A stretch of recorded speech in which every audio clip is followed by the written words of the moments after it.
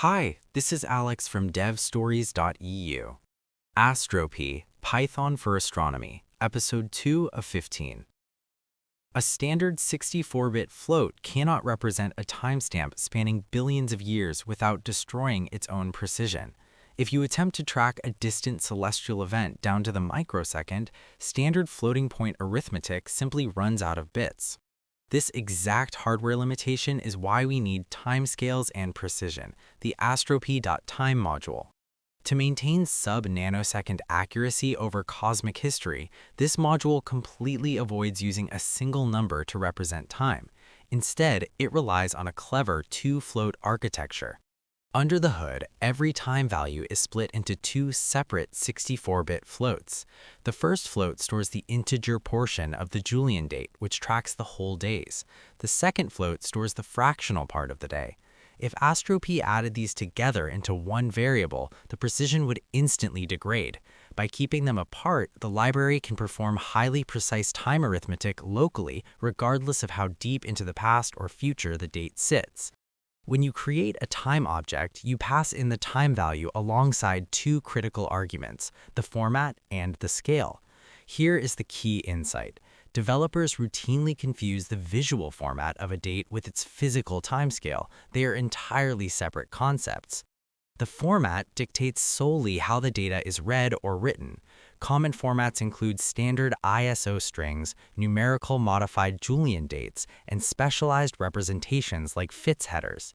Format is just the structural wrapper around the numbers. The timescale, however, defines the physical reference frame of those numbers. Physical timescales account for Earth's rotation, leap seconds, and relativistic effects. Examples include Coordinated Universal Time, known as UTC, Terrestrial Time, or TT, and International Atomic Time, or TAI. A modified Julian date is not a physical scale, it is just a format. You can easily have a timestamp formatted as a modified Julian date, but physically anchored to the UTC scale.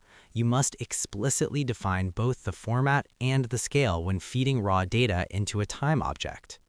Consider calculating the time difference between two spacecraft telemetry timestamps. You receive the first timestamp as an ISO format string from yesterday, and the second as an ISO format string from today. First, you initialize two time objects. You pass the raw string into the object, declare the format as ISO, and set the scale to UTC. You do this for both timestamps. Because Astropy supports vectorized operations, you could also pass a massive array of these strings into a single time object, but the underlying initialization logic remains the same. To find the exact elapsed time, you subtract the earlier time object from the later one. Astropy automatically executes the internal two-float arithmetic, returning a time delta object that holds the exact duration. Next, you need to map that second telemetry timestamp to an absolute uniform physical scale, removing the unpredictable jumps caused by UTC leap seconds. You take your second time object and simply request its equivalent in International Atomic Time. You achieve this by calling the TAI attribute directly on the object.